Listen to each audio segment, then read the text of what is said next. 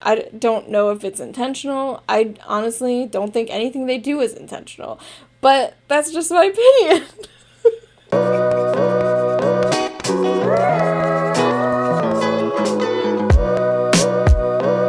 Hi, welcome back to Series About Series. This video is going to be so fun. Let's do this.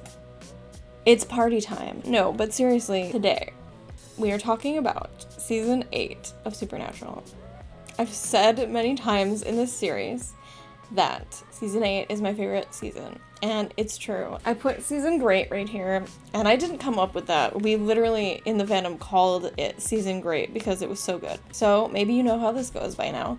I'm going to give a recap of the season and then give my opinions on it. First, let me air out my biases. I've been saying this from the beginning, and it never really matters in my videos up until this point that I ship Dean and Cas. I want them to be in a romantic relationship with each other, and this season, Season 8, is one that is very much affected by that bias that I have. I watched this season from this perspective of thinking that Dean and Cas are in love with each other and wanting them to be together, and I don't think that I'm wrong in saying that this is probably the closest that it's ever gotten. Some people might say that recently it's also gotten very close, and I might agree, but I haven't really rewatched the most recent season, so I'm not really in on that. I have a couple thoughts about that, but I've said this before, I don't expect Dean and Cas to be together by the end of the show. I would love it if they were. I would be so happy, so happy about it, but I don't expect it. There's only 7 episodes left before the end of the series, and while it is possible that they could get together, I'm not going to put any expectations out there about it. When I was watching this season, I had many expectations, and Season 9 I had even more expectations because of what Season 8 brought to the table. I'm going to talk a lot about Dean and Cas in this episode, so if that's not something you're interested in, I would not watch this episode. I don't think I can talk about the season without talking about Dean and Cas because they have an actual storyline in this season. It's not just, oh, this moment here and there. It's literally like, this is the season where their relationship was actually put into the narrative. Whether it was intended to be romantic or not, it is now a part of the actual storyline of the show. So can't get around to talking about Dean and Cas this season, and I wouldn't even if I had to. So, and I think that Dean is bisexual. There is an episode in the season that is very heavily bi Dean related. So that's something I'll also talk about at the end of the episode because that's part of my opinions. Here we go into the recap of Season 8. Whew. To recap, at the end of Season 7, Dean and Cas killed Dick Roman, landing them in purgatory. Crowley kidnapped Kevin, and Sam was left all alone. So we start off Season 8 with Dean coming through the portal from purgatory. He hitchhikes his way to Louisiana and digs up a grave. He says an incantation over someone's bones, and then we meet Benny Lafitte. He's a vampire who saved Dean's life in purgatory and helped him get out, just as long as Dean agreed to bring him back too. Sam, on the other hand, is packing his bag and leaving a house? He makes his way to Rufus's cabin and gets ambushed by Dean, who tests him to make sure he's not a monster. They both prove their humanity and I don't know whether to give you a hug or take a shower. Dean's been gone for a year, and he finds out that Sam has quit hunting during that time. He also admits that he didn't try to look for Dean. I had no one. No one. And for the first time in my life, I was completely alone. And honestly, I didn't exactly have a roadmap. Sam asks where Cas is. Dean tells him that he didn't make it back. They assume he's dead. Dean, I'm sorry. Me too. Dean listens to the voicemails on Sam's phones that he ditched. There's a bunch of messages from Kevin. He'd escaped Crowley, but he was trying to get Sam's help. Sam feels guilty for leaving Kevin hanging, and they get a clue to his whereabouts from the last message he left.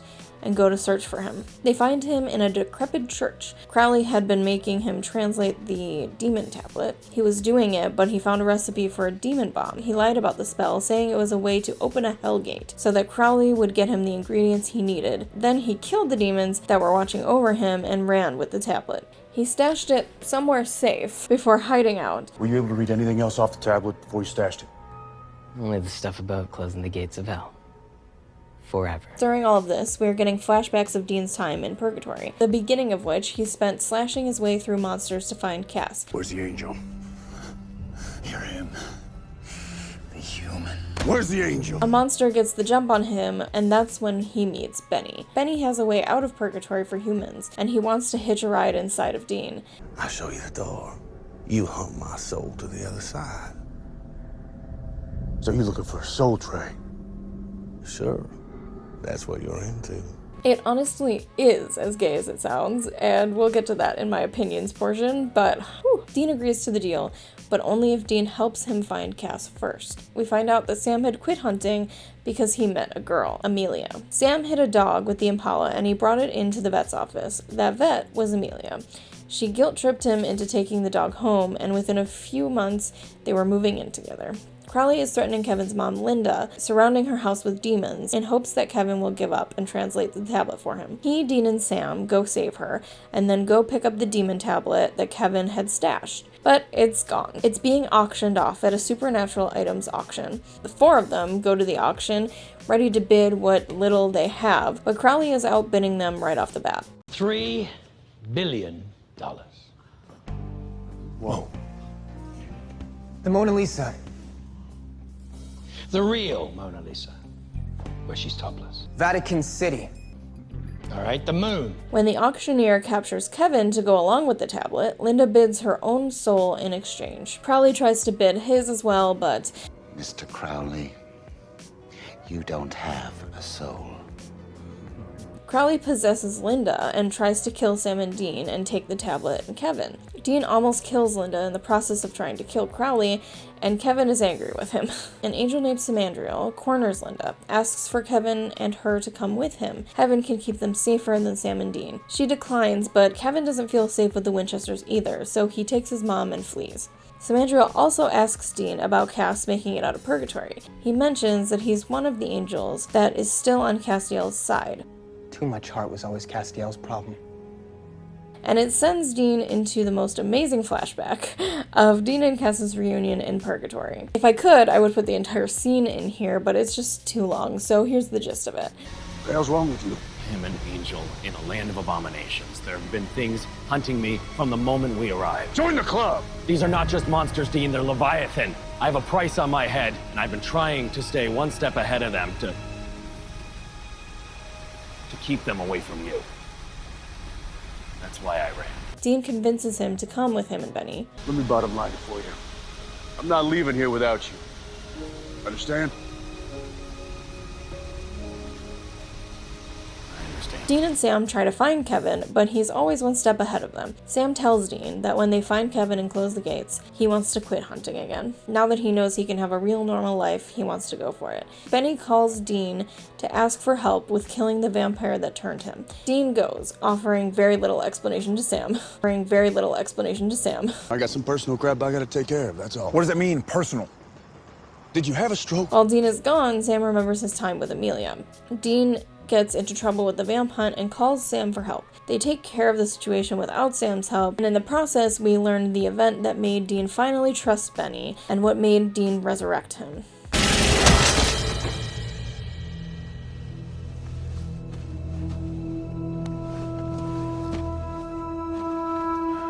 Sam meets Benny and thinks about killing him.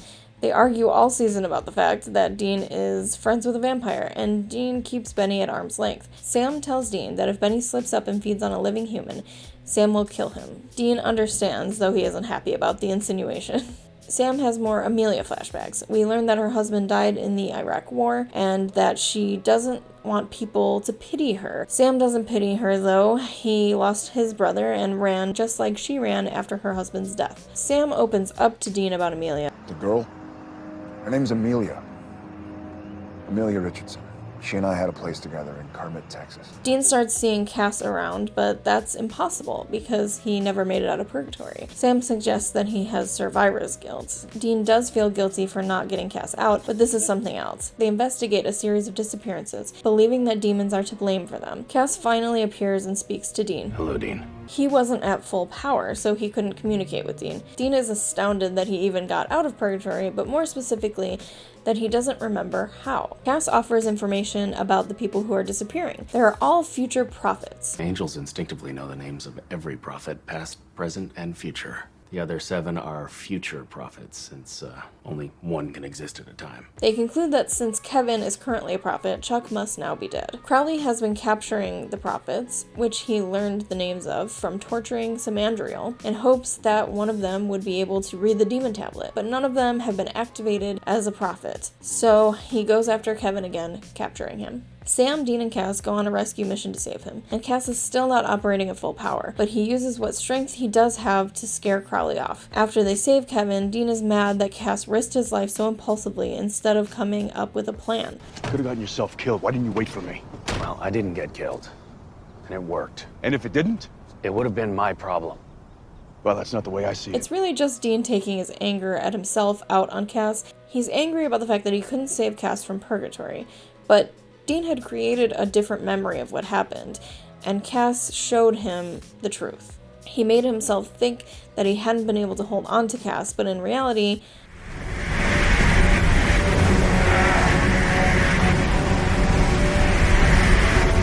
Come on! I got you! Hold on! Dean! Hold on! Dean! Go!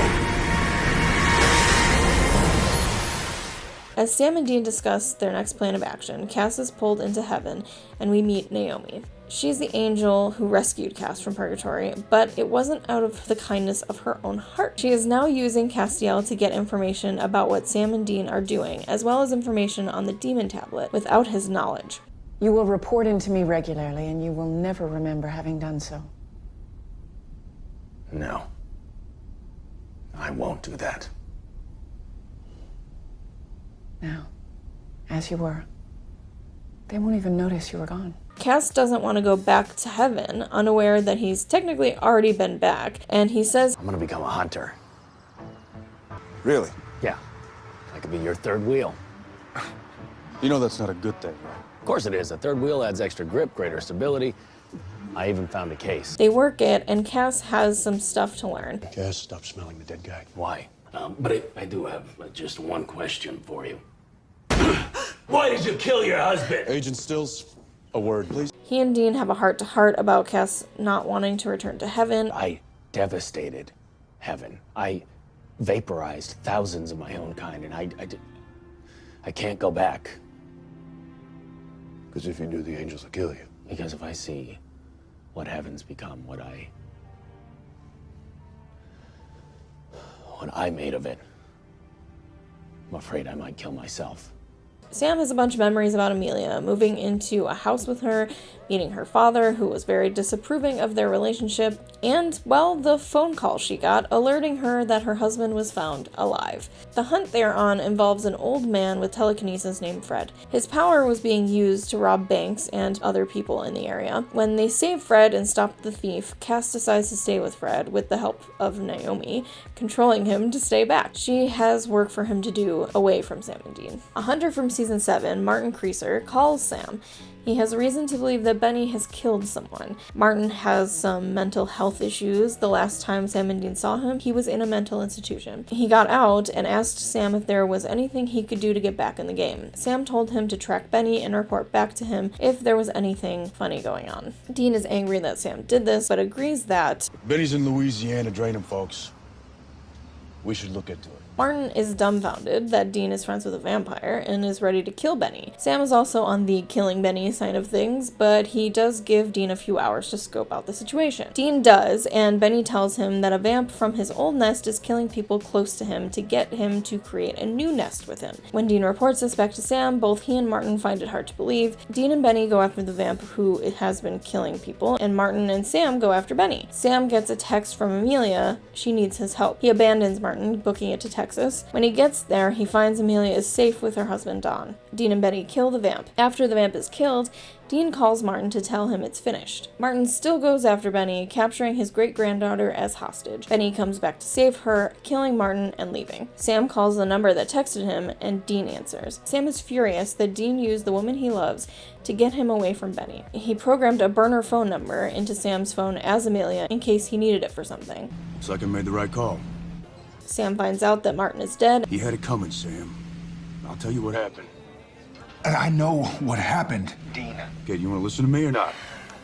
Crowley and his demons continue to torture Samandriel, and Naomi tells Castiel that he needs to save him, but also convinces him that it was his own idea to do so. Cas goes to Dean for help, knowing that this will involve talking to people, and he's not the best at it. Sam is confronted by Amelia, who saw him outside of her house. She still loves him. They have sex, and afterwards they talk about how they need to make a decision. They take some time away from each other and arrange to meet up again at the motel. One of us will be here, and we'll know.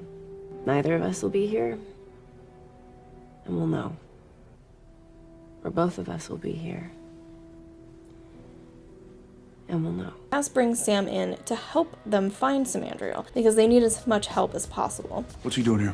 Kevin is still trying to decipher the demon tablet. It's taking longer than it should because he only has half of it. As they attempt their rescue mission, Crowley is getting closer and closer to some sort of secret inside of Samandriel's mind. Cas is useless because as the torture is happening, he is getting flashes of Naomi doing the same thing to him. Crowley finds out that there's an angel tablet. Sam and Dean distract the demons while Cas gets Samandriel out. When he does, though, Naomi pulls Cas to heaven and tells him to kill Samandriel because he gave out the information about the angel tablet. You tell the Winchesters that Samandriel had been compromised.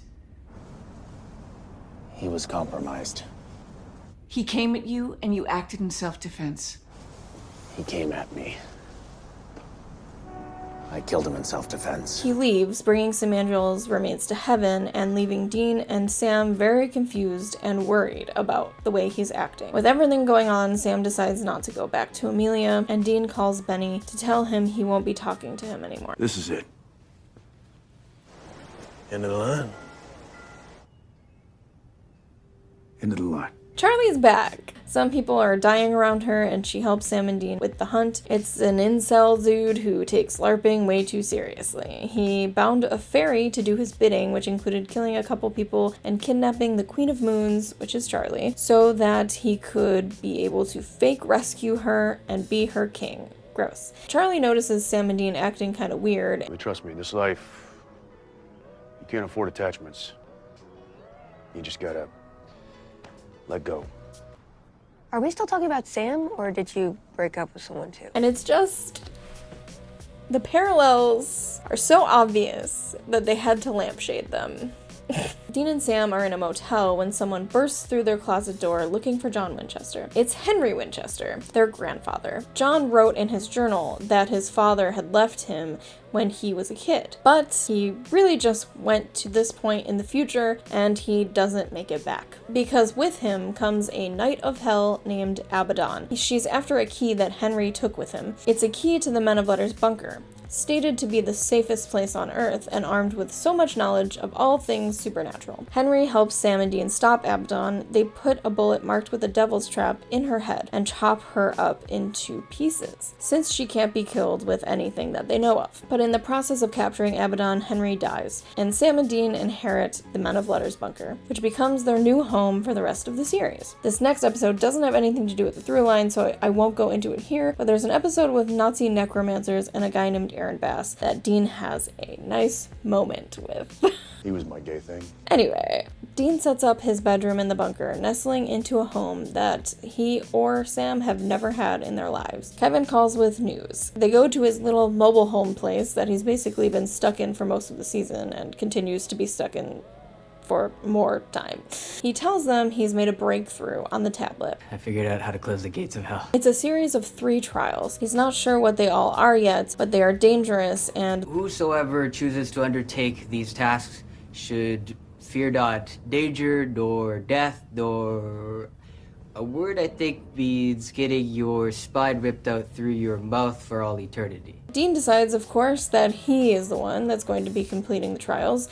Sam wants Kevin to get some rest and take care of himself, but Kevin wants to keep going full speed ahead so he can be done with being a prophet. Dean, ever the optimist, believes that he will never be done until he's dead. The first trial is to kill a hellhound, so they find a person who made a Crossroads deal 10 years prior and wait for the hounds to show up. Sam and Dean fight about who is going to complete the trials. Dean doesn't see a light at the end of the tunnel, Sam does.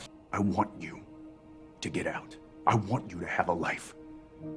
Become a man of letters, whatever. You, with a wife and kids and grandkids, living till you're fat and bald and chugging Viagra.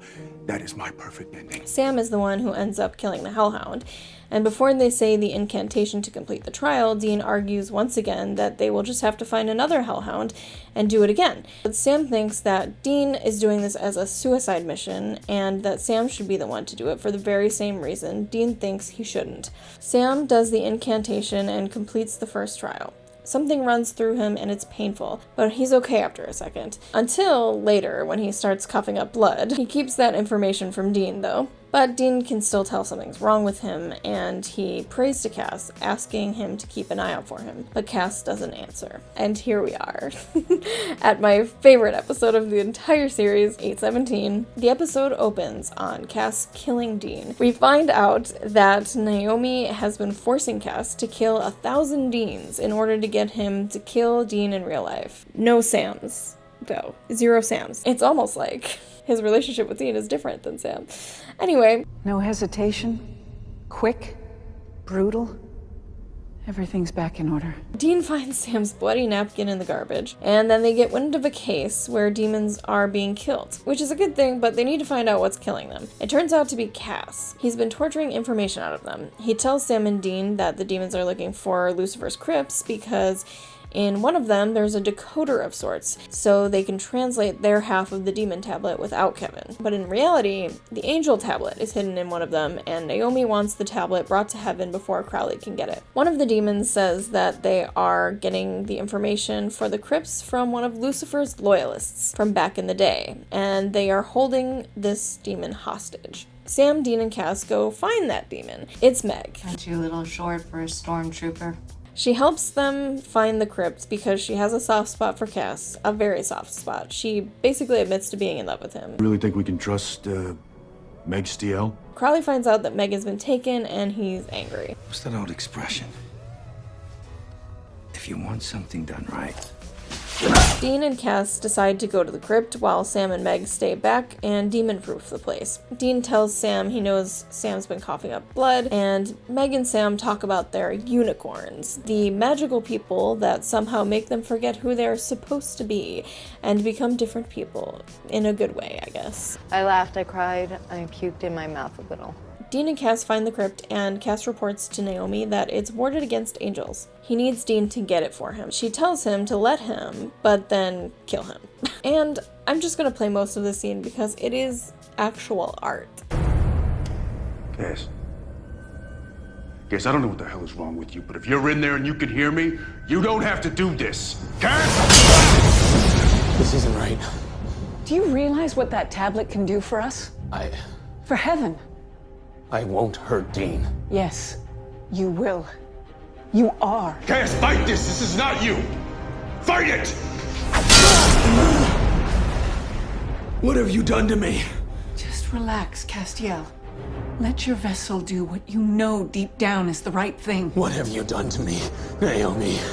Who's Naomi? What have I done to you? Do you have any idea what it's like out there? There's blood everywhere. And it's on your hands after everything you did. To us. To heaven. I fixed you, Destiel. I fixed you.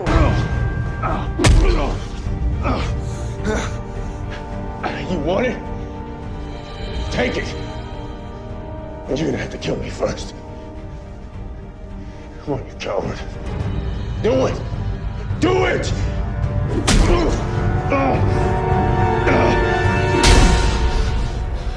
Please. End this, Castiel.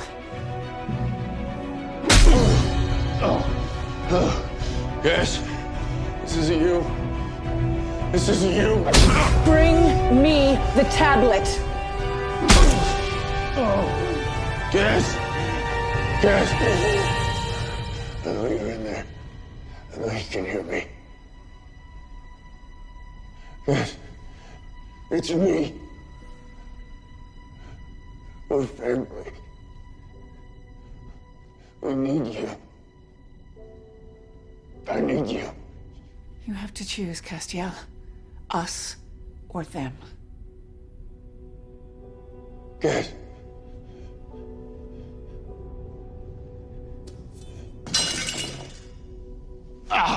Everything's fine. Crowley shows up and takes his anger out on Meg. Save your brother and my unicorn. Cas touches the tablet and is freed of Naomi's control completely. He heals Dean.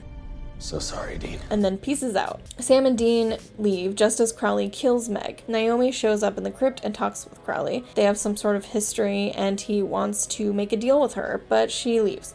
Dean asks Sam not to lie to him anymore about how he's feeling. Kevin tells Sam and Dean that the second trial is to free an innocent soul from hell. They find out that Bobby's soul is in hell, and there are rogue reapers that can get you into hell through a back door or whatever. This episode, Anyway, Sam has to go alone because he's the one doing the trials. So this Reaper, AJ, takes Sam through Purgatory to get to hell. That's where the back door is, in Purgatory. The place that Crowley and Cas spent an entire year torturing alpha monsters to find. The Reaper just opens a portal to it. It's fine. Anyway, so Sam rescues Bobby's soul and he goes to the spot where the Reaper dropped him off. But Crowley killed the Reaper, so We got no way out. Dean goes to talk to Kevin and Naomi shows up because of the lack of angel warding. I know. You're hoping Castiel will return to you. I admire your loyalty. I only wish he felt the same way.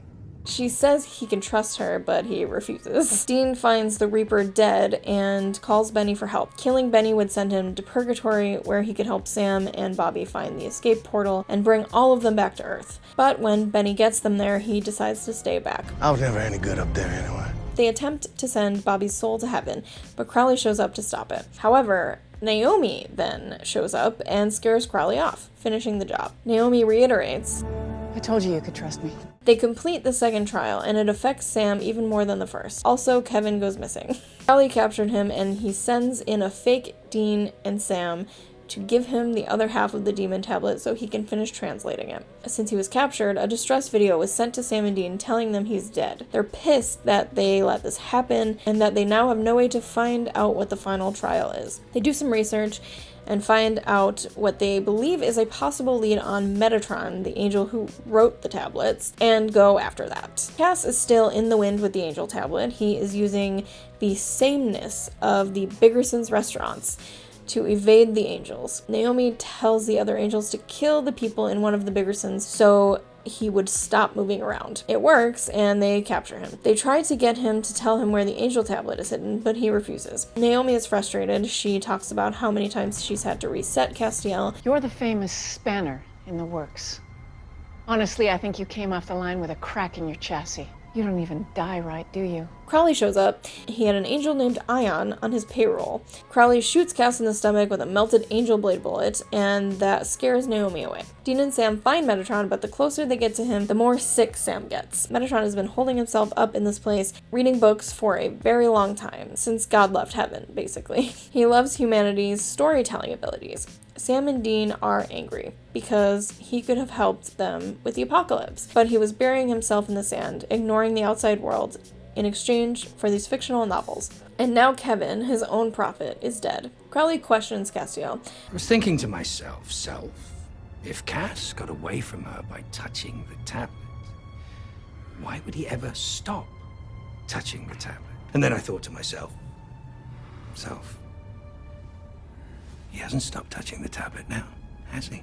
Cas had hidden the tablet inside of him. Crowley digs it out of him, and then he gets a phone call from the fake Sam and Dean demons saying that Kevin tricked them into a devil's trap. He goes to Kevin and is about to kill him, but Metatron is connected to Kevin, knows he's still alive, and saves him from Crowley, bringing him to where he, Sam, and Dean are located. They learn the final trial is to cure a demon, which they did not think was possible. Metatron also warns Dean and Sam to think twice about closing the gates. Ask yourself, what is it going to take to do this?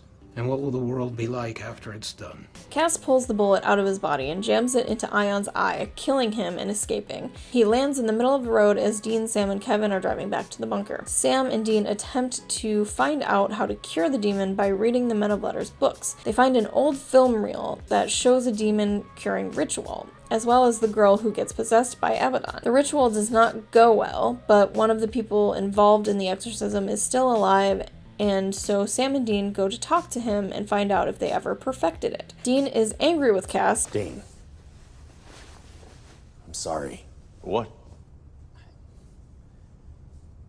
For everything. Everything. Like ignoring us? Yes. Or like bolting off with the angel tablet and losing it? Because you didn't trust me? You didn't trust me. Cas goes to the store to pick up some things that Dean loves in an attempt to apologize even more. You don't understand. I need pie.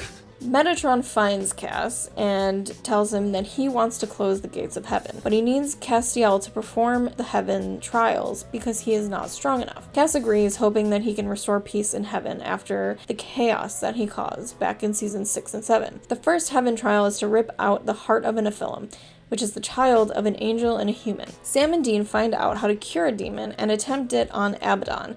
They put her back together, minus her hands, so she can't hurt them, but they get a phone call from Crowley before they can start. Crowley is killing everyone they've ever saved in order to get them to agree to stop trying to close the gates of hell. When they return from the phone call, Abaddon is gone. Crowley sends them the next victim he is going to kill. It's Sarah Blake, the woman that Sam had a thing with in season 1. Sam and Dean tear up the hotel room she's staying at and can't find the hex bag that Crowley placed there. Son of a witch, actually.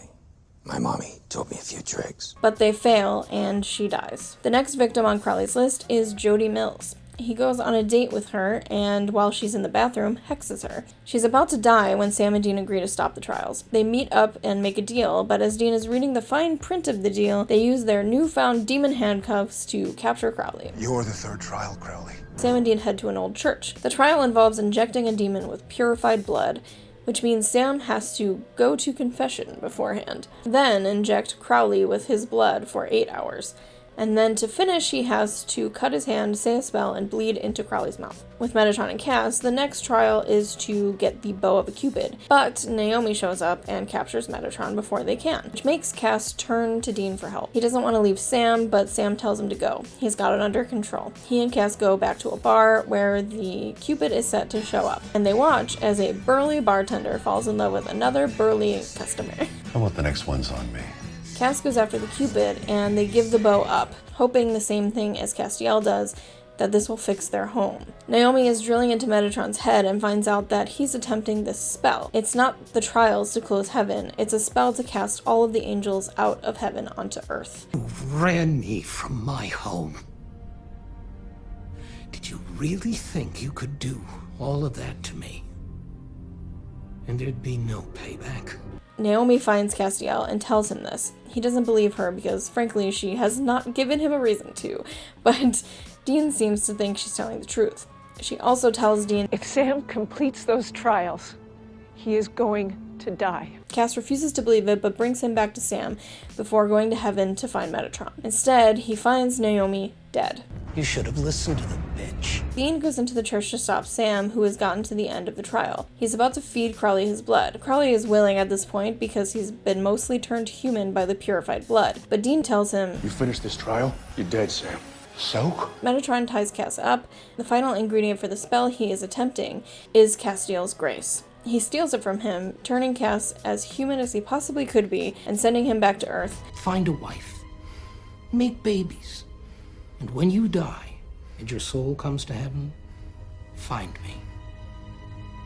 Tell me your story. Sam tells Dean his confession was that he let Dean down. You seriously think that? Because none of it is true. Listen, man, I know we've had our disagreements, okay? Hell, I know I've said some junk that set you back on your heels. But Sammy, come on.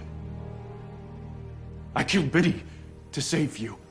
I'm willing to let this bastard and all the sons of bitches that killed Mom walk because of you. Don't you dare think that there is anything, past or present, that I would put in front of you.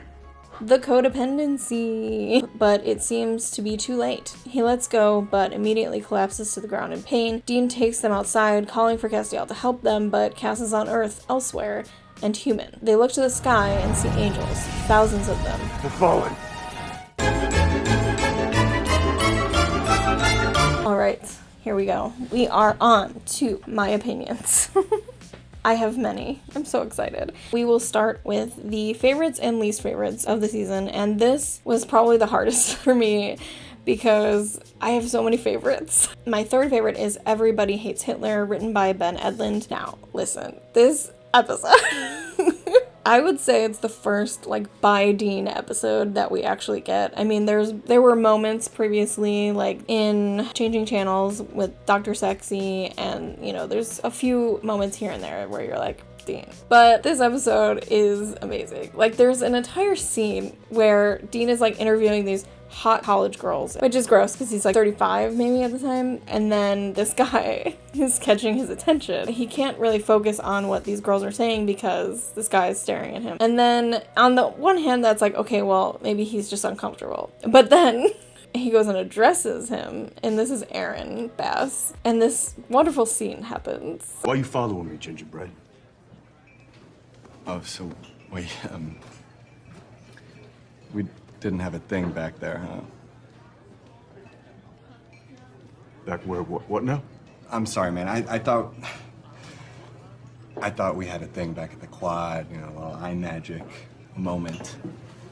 I saw you here, and I figured I'd wait until you were done with your meeting, and then maybe we might, I don't know. Yeah, okay. But no.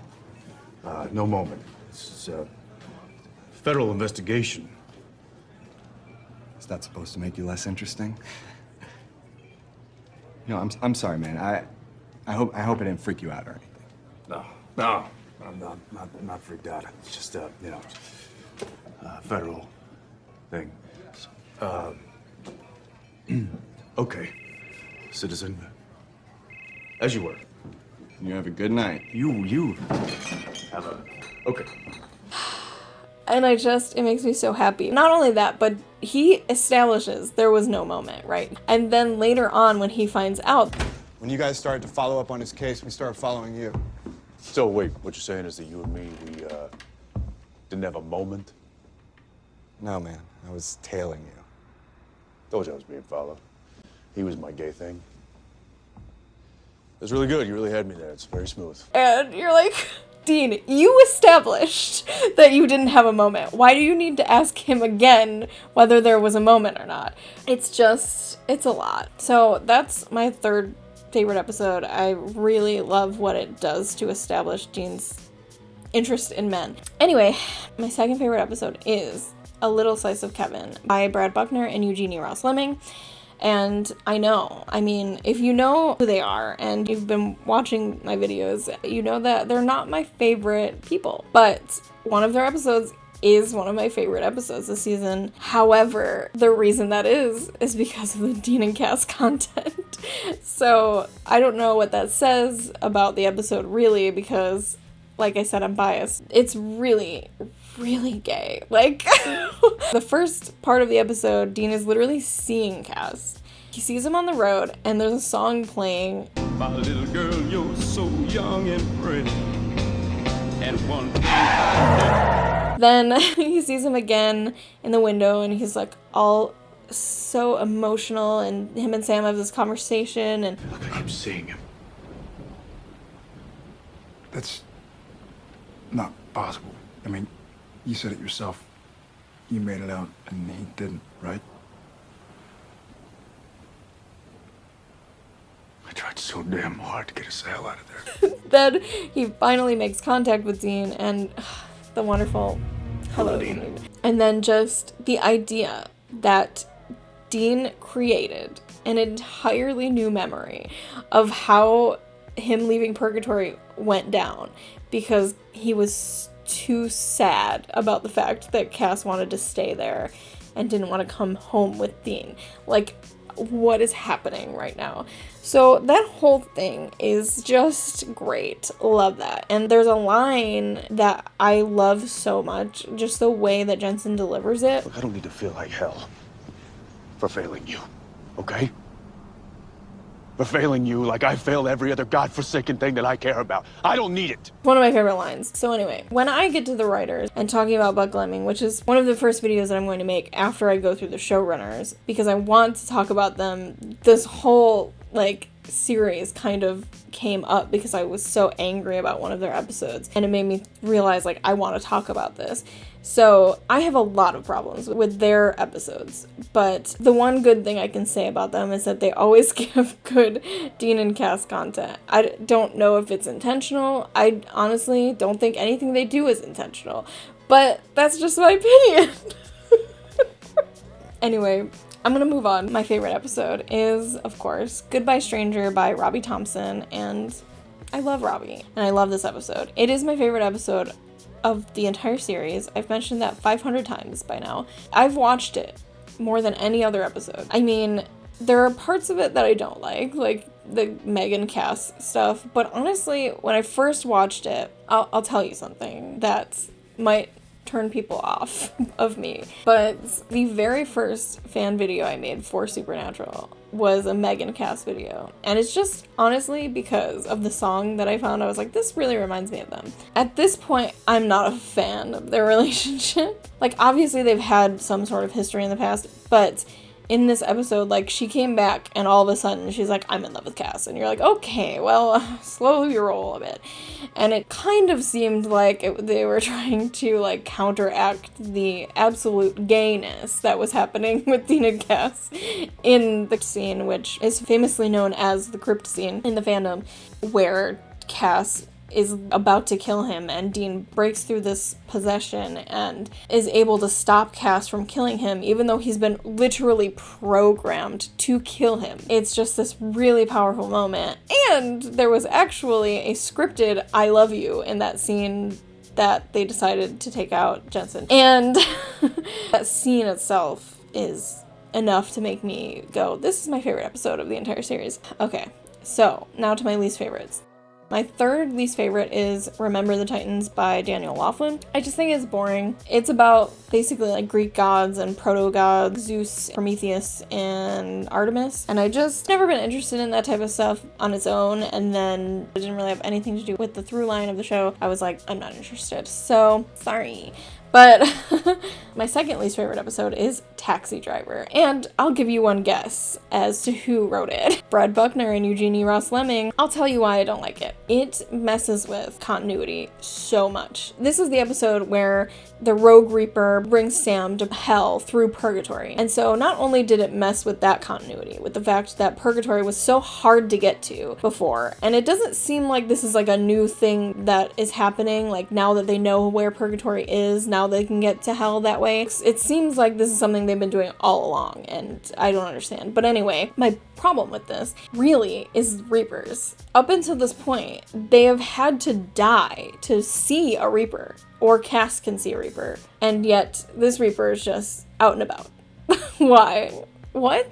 And it's like, okay, he's a rogue Reaper, maybe that can be explained away, but I don't think so. Like, I really just don't think that that's the case. I don't know. It makes no sense to me, and it does continue on. In season 9, the same people establish that Reapers are actually angels, even though they've never been before. It's so crazy to me. I'm okay. Anyway, I really don't like that episode.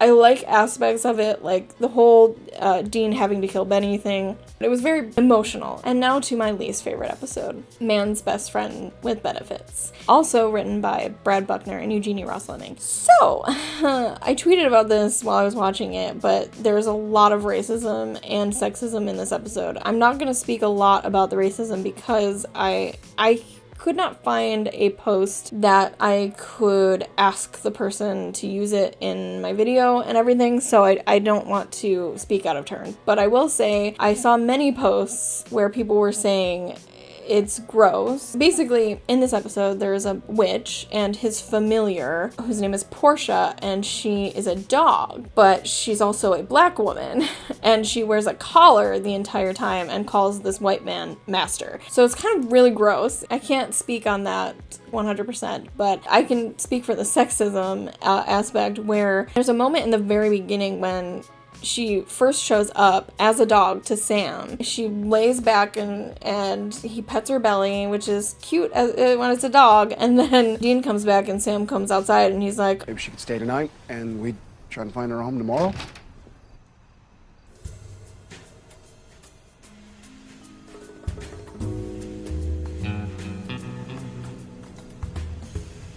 She can stay the night. And then she gets angry while talking about this situation with this witch. And Dean's like, that was incredibly hot. It's pretty hot. Sam wouldn't. Dean, yes. Dean would say that. Maybe it could even be argued that he might not say that at this point in his characterization. But Sam would not. And that in itself is like, why are you writing it like this? And so it's just very frustrating to me. I always skip over this episode when I'm rewatching it because it angers me so much. But it's important that I acknowledge its existence and how much I hate it. So now you know. And I won't ever watch it again after this because I don't want to. Anyway, something that I do want to talk about is the Dean and Benny and Sam Amelia parallels. The entire season, Dean and Benny were paralleled with Sam and Amelia in the sense that their stories were so intertwined with each other. Anytime that Sam had a flashback about Amelia, Dean also had a flashback about Purgatory, which involved either Cas or Benny or both. So much so that I said in the summary they lampshaded it, which means they're shining a light on something that should be so obvious, basically, and being like, look at this thing that we're doing. There are so many times where they're parallel. They break up with each other in this episode. It's crazy to me that the entire season we had Dean and Benny and their relationship paralleled to a romantic relationship between Sam and Amelia. And yet Dean is straight. Moving on, something I want to talk about that was really big back in the day when we were watching this season live and we were talking about it and writing meta about it. If you are not familiar with fandom speak, writing meta, and it's about symbolism, and it's not even about intent specifically, but it really just is about what we are seeing on the show and what we take from it. And whether that means something or not, it means something to the person who watched it and thought that. That's kind of what meta is. I think it gets a bad rap a lot of the time from people who think that people who write meta are saying this is definitely what was intended, and some people do write meta that way. I guess what I can kind of compare it to is like the color symbolism on Breaking Bad that people always talked about. That was a directorial thing, I believe, and I don't know if it was intentional, probably was, but people who noticed that and wrote about it, they were writing meta. They were basing it off of what they're seeing, but they probably didn't know for sure whether it was intentional or not at the time. Anyway, the point is, that's what meta is. Kind of got off track there for a minute, but people were writing a lot about this at the end of season 8, which was the Angel Fall spell, which was the spell that Metatron did to cast all of the angels out of heaven. The ingredients for the spell were kind of interesting, not to mention the fact that Destiel was involved was a big part. So the first ingredient was the heart of an nephilim, which is the product of love between an angel and a human. The bow of a cupid, which is the way that humans fall in love with each other, and Castiel's grace. Just Metatron made it seem like it had to be Castiel that did this quest. He could have chosen any other angel if it just had to be an angel's grace. Some random angel that he could have basically used, and the same way he did with Cas. But obviously Cas has a weakness, and that is humanity. And even in season 9, he says, and then, after a rousing speech, his true weakness is revealed. He's in love with humanity. We all know it's not just humanity. And I'm not just saying Dean and Cas shippers. They literally made him kill at least 1,000 Deans. No Sams in sight. Not one Sam. I don't understand how that can be any clearer. He cares about Dean in a way that he does not care about anyone else. Obviously, he cares about Sam, but it is not the same. And therefore, he's in love with a human, and the grace of an angel in love with a human is the final ingredient of the spell. Anyway, that's just the meta that was written around the time of this season ending. So let's talk more about Destiel, okay? Because I can't not. When Cas goes and tries to fix heaven by shutting it, Dean realizes, like, this is it, right? You're not coming back. So they have this goodbye scene in the bar. You did a lot of damage up there, man. You think they're just gonna let that slide? You mean, do I think they'll kill me? Yeah, they might. So this is it. E.T. goes home. Where two other men are falling in love with each other. So it's just a lot. Like, they have an entire storyline in this season, and it's unlike anything they've had previously. Like, in season 6, there was kind of a little bit, but it's not the important thing there. And now in season 8, it's like Dean and Cas's relationship in this season is important. Let's talk about the characters. I didn't write down the new characters that are introduced in this season, but I really liked Benny. Dean and Benny's relationship was a very high point in the series for me because of what it brought to the idea that Dean might be bisexual. So he's a buddy of Dean's, Bobby. A buddy? Good buddy. Abaddon, love Elena Huffman, who plays her. She's amazing. I love the character. I love her cadence when she talks. It wasn't my most artful kill, but it was effective. It's like, I don't know what it is about her. I mean, I'm attracted to her, but she's really great. Linda Tran, she was recast, and she is now played by Lauren Tom. And I love Lauren Tom. She plays Amy in Futurama, and I love her. But anyway, she's really fun. So, what's it going to be? The tablet or that piece of Eurotrash crap you call a car? I just really like Linda and Kevin. Kevin was introduced last season, but he really comes into play this season, and he's adorable, okay? But in this season, it's kind of sad because they really take advantage of Kevin, and I think that's another issue with the show is Sam and Dean really did not treat Kevin well, like, at all. I don't think on their best day Sam and Dean would go into town and get me a barbecue dinner. And not when there were leftover burritos in the fridge. So, my demons were too polite.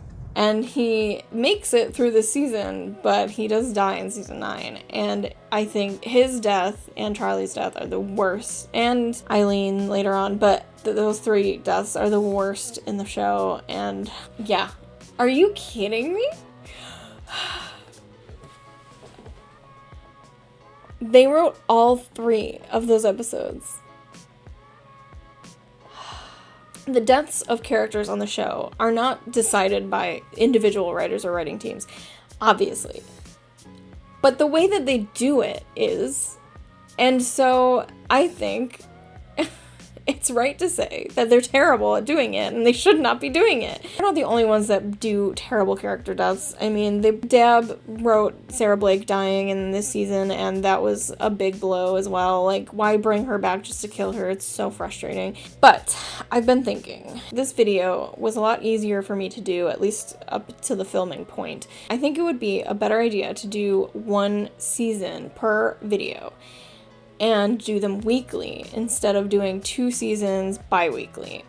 And I don't know if that's true, but I do want to try it because this video I feel like was less daunting to me to make, because every time I make one of these videos I think, oh, I have to write 2 seasons worth of a summary and then film it and then give my opinions on it, and by the time I'm done with the 2nd season, my opinions of the 1st season are kind of like gone out of my head.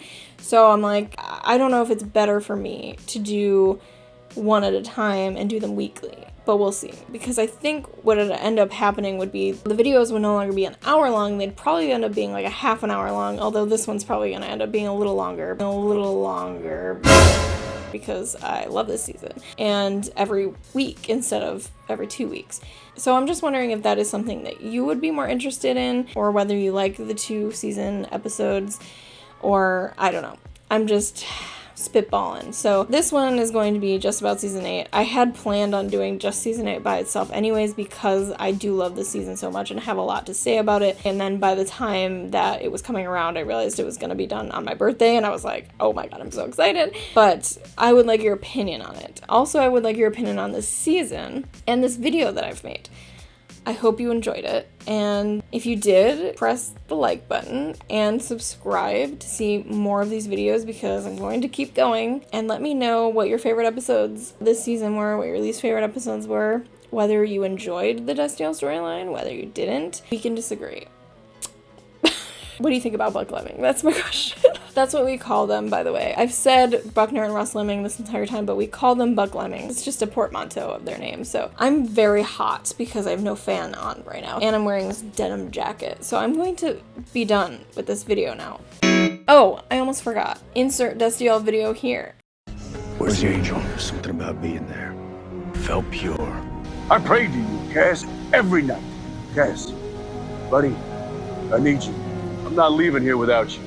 Thank you for everything. I did everything I could to get you out. Everything. I did not leave you. So you think this was your fault? Nothing you could have done would have saved me, because I didn't want to be saved. I'll watch over you.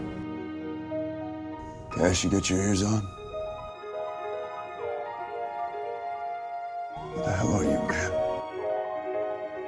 You don't have to do this. I won't hurt Dean.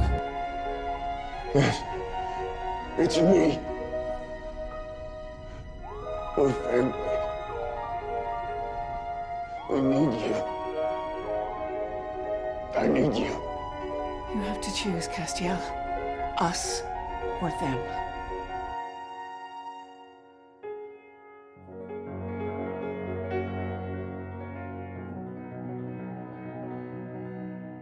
Dean, thought I was doing the right thing. Yeah, you always do.